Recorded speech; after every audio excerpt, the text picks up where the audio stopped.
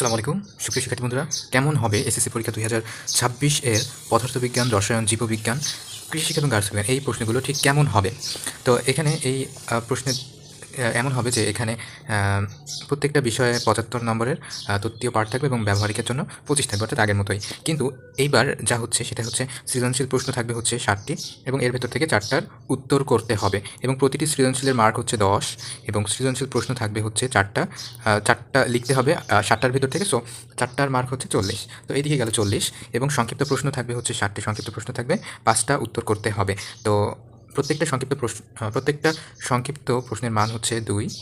So যেহেতু 60টার ভেতর 5টা উত্তর করতে হবে, সো এখানে 5 দুগুণে 10। 10টা হচ্ছে আমাদের সংক্ষিপ্ত প্রশ্নের নম্বর। ওকে, সো 40 আর 10 50। আর 25 নম্বরের হচ্ছে বহু নির্বাচনী। তো বহু নির্বাচনী হচ্ছে 25 নম্বরের। সো প্রত্যেকটার মান হচ্ছে 1 এবং সব কয়টি উত্তর করতে হবে।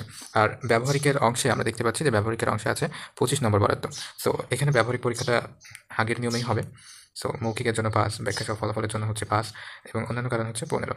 ওকে, তো প্রশ্নটা কোথা থেকে হবে? এই বিষয়গুলো 2025 সালের শিক্ষাবর্ষের জন্য নির্ধারিত যে সংক্ষিপ্ত সিলেবাসটি প্রণয়ন করা হয়েছে সেখান থেকে হবে।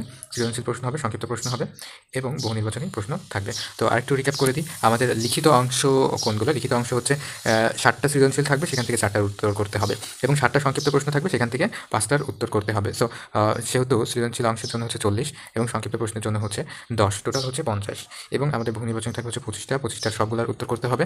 সো বহু নির্বাচনের জন্য থাকবে 25 নম্বর বরাদ্দ। সো এই হলো টোটাল হচ্ছে আমাদের 75 নম্বর হচ্ছে তত্ত্বীয় অংশ এবং ব্যবহারিকের জন্য থাকবে 25 নম্বর আগের নিয়মেই। সো এইভাবে হবে আমাদের পদার্থবিজ্ঞান, রসায়ন, জীববিজ্ঞান এই বিষয়গুলোর প্রশ্ন প্যাটার্ন। সো আমরা রিটেন সাইডে তাহলে নাম্বার কত টোটাল? 50 এবং হচ্ছে বহু নির্বাচনীতে হচ্ছে 25। রিটেন সাইডে হচ্ছে সৃজনশীল লিখতে হবে আমাদের 4টায় থাকবে 40 নম্বর এবং সংক্ষিপ্ত প্রশ্ন আমাদের লিখতে হবে 5টাই হচ্ছে 10 নম্বর। সো টোটাল 50 নম্বরের আমাদের লিখিত হবে এবং বহু নির্বাচনী হবে 25 নম্বর।